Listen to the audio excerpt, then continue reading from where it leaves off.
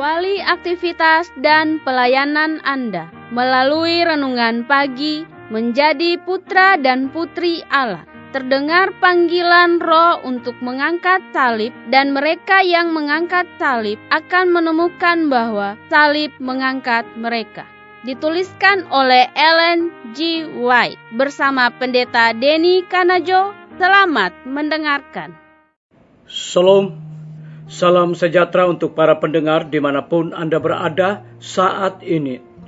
Kita berjumpa kembali dalam mendengarkan firman Tuhan melalui audio renungan pagi pada tanggal 13 Agustus 2021 dengan judul Kita Tidak Boleh Bermegah pada Manusia. Sebelum kita melanjutkan bacaan renungan kita pada pagi hari ini, saya mengajak semua para pendengar yang setia untuk berdoa bersama-sama.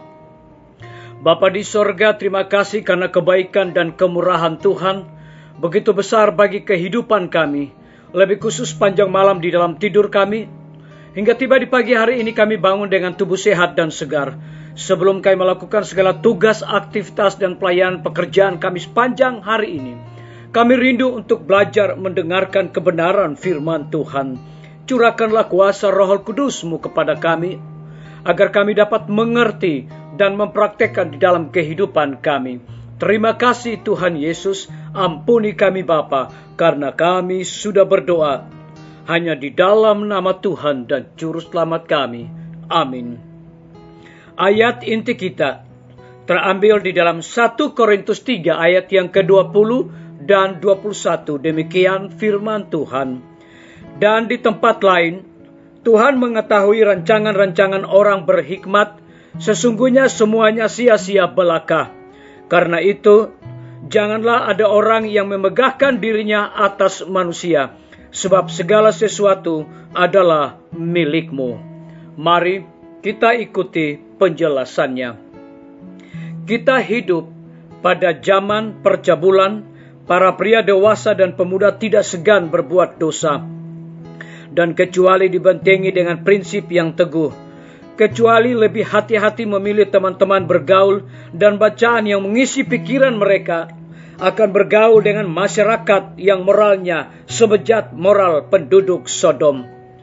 Para pemuda kita akan menghadapi cobaan di mana saja, dan mereka harus dididik agar senantiasa bergantung pada kuasa yang lebih tinggi, pengejaran yang lebih tinggi daripada yang dapat diberikan oleh manusia yang fana.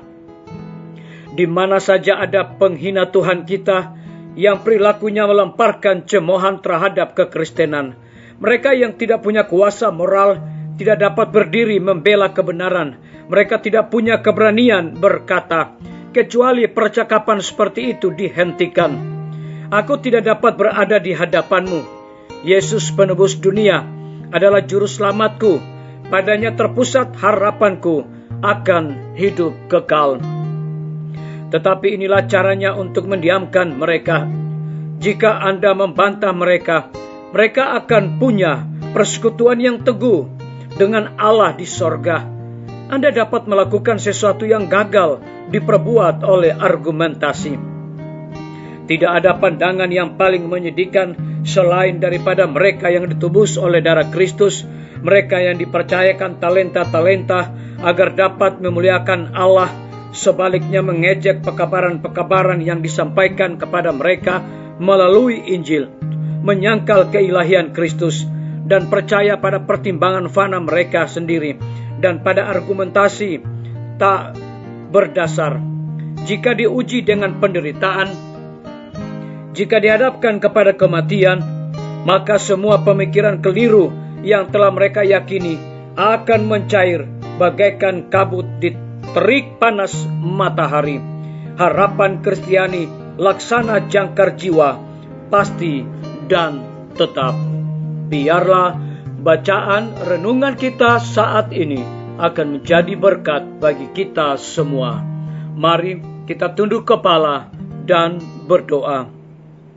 Bapa di sorga, terima kasih karena kebenaran firman Tuhan pada pagi hari ini mengingatkan kembali kepada kami agar supaya kami sebagai orang-orang muda akan menghadapi berbagai macam pencobaan. Oleh sebab itu kami harus bersandar, berharap hanya kepada Tuhan saja. Karena kami sebagai manusia tidak memiliki kekuatan apa-apa, tidak memiliki kuasa untuk mengalahkan godaan. Namun ketika kami bersandar kepada Tuhan, maka kami akan dapat mengalahkan semua penggodaan yang setan berikan kepada kami. Terpujilah nama-Mu, ya Tuhan. Pada pagi hari ini hamba berdoa untuk pemerintah kami. Tuhan memberkati Bapak Presiden bersama dengan wakil, para menteri dan stafnya, Bapak Gubernur bersama wakil, Bapak Bupati bersama wakil, Bapak Wali Kota bersama wakil, camat dan stafnya, kepala desa, lurah, RT, RW, dimanapun mereka berada. Kiranya Tuhan curahkan hikmat pengetahuan sorga kepada mereka, agar dapat menjalankan roda pemerintahan di tengah-tengah pandemi saat ini, boleh sesuai dengan amanat dan titah Tuhan sendiri. Kami juga menyerahkan para tim medis ke dalam tangan Tuhan.